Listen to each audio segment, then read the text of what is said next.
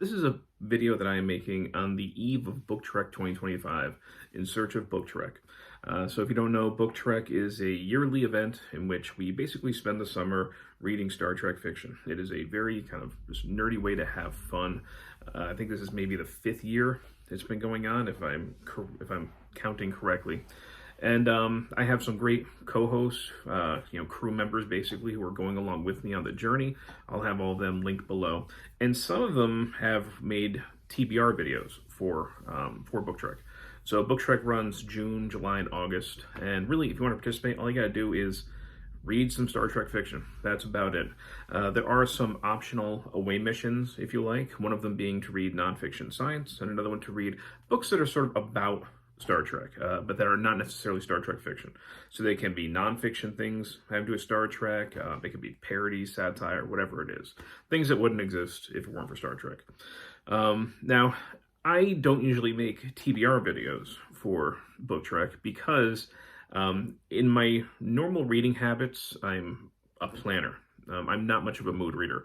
The one time when I'm really a mood reader is when I do Book Trek. I am a teacher, and in the summer, it's been a long tradition for me now to basically relax and unwind, enjoy the summer by reading Star Trek fiction. It's like my version of a beach read.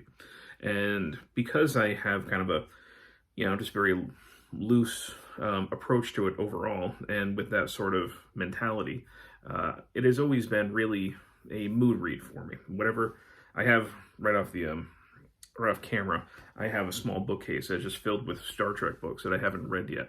And I just gathered these over the years at like library book sales. A lot of them I get for like 50 cents a piece. And during the summer, I just go to this shelf and I start grabbing whatever piques my interest at the moment.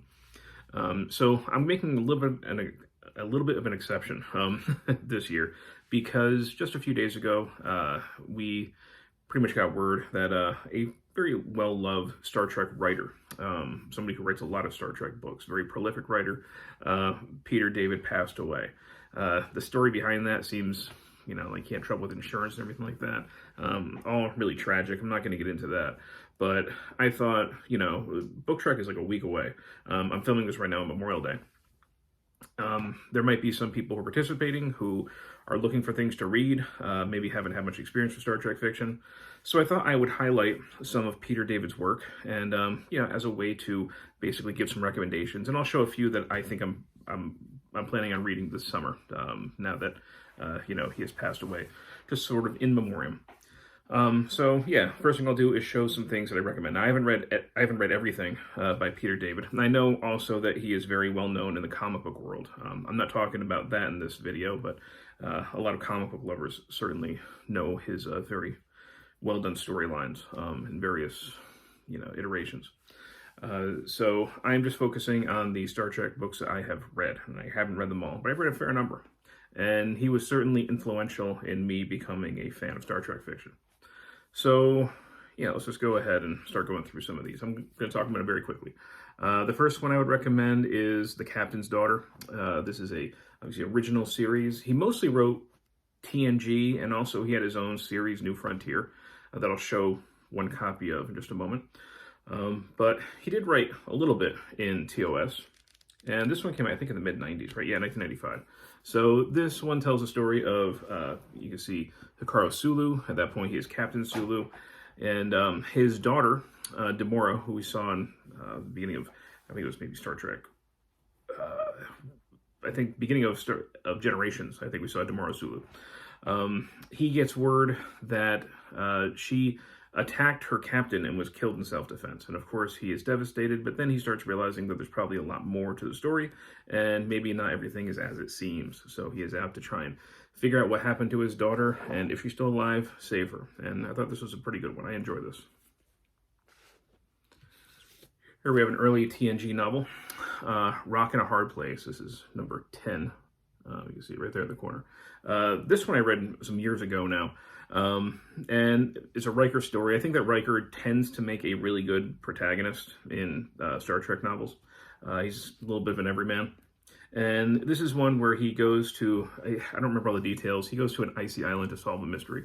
I know that. But I remember having fun with this. And it's a quick read from what I remember, and pretty fun. This one's more well-known. We got Vendetta, the giant novel. This one was published in 91. So this, one of the things that Peter David was really good at, and one of the things that kept drawing me back to him, is he did a really good job of sort of bridging TNG and TOS, and finding interesting connections. And this is one where he combines basically TNG and especially Best of Both Worlds, that double episode, with the TOS original series episode, The Doomsday Machine. Basically saying that the giant Doomsday Machine that Kirk has to go up against was originally created to destroy the Borg. So we get a bridging between those two episodes involving the Borg, and I remember liking this one overall. I don't think I'm quite as high on it as a lot of other people are, but it's fun, and yeah, it's a really cool concept to bring these two iterations of Star Trek together. Here's on Q and Law. This is number 18 for the TNG novels. This one came out also in 91. And this is more of a comical novel. I'm not in love with this as much as other people are, but I do think it's still pretty good. Essentially, we have, it looks like, again, it's been years since I read these things. My memory of them, the details is not great, but I think it has to do with Lwaxana Troi, basically wanting to marry Q or something. But you can see it is basically, you look at that cover, I think you know what you're getting into if you watch TNG. And I'm saying, the reason that I'd say I recommend these is because when I read a Star Trek novel I don't like, I give it away. So these are the things that I still have, that I've held on to. So that means that I like them enough. Let me see. So Star Trek New Frontier. This is the series that he created. It was the only, there might have been others since, but essentially this was a book-only Star Trek franchise. I think this is an alien named Mackenzie, who is captain of a starship, and we follow him and his crew. I've only read the very first book. This is book one, which book one, it's really like half a book. I don't think this needed to be its own book. But, if that sort of thing interests you, it's certainly something to look into. We got Q Squared. This is, I think, the second Star Trek novel I ever read. The first one, I think, it might have been called Fortune's Son by Michael Jan Friedman. Yeah, I think I just read that one sort of, out of curiosity, and I liked it, and then I picked up this, and I really liked it.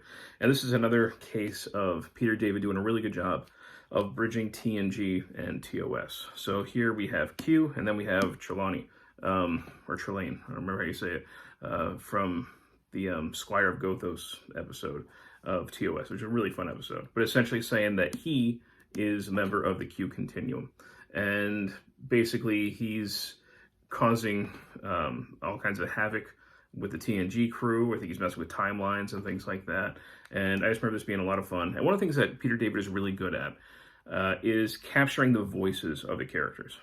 You really feel like, if you're familiar with these characters in the series, they feel real on the page. You know that he knows these characters really, really well.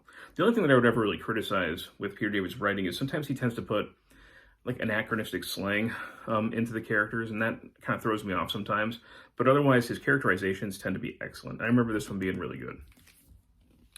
And the last one I'm going to show as a recommendation is another, I think, pretty well-loved one among Star Trek readers, and that's Immadi.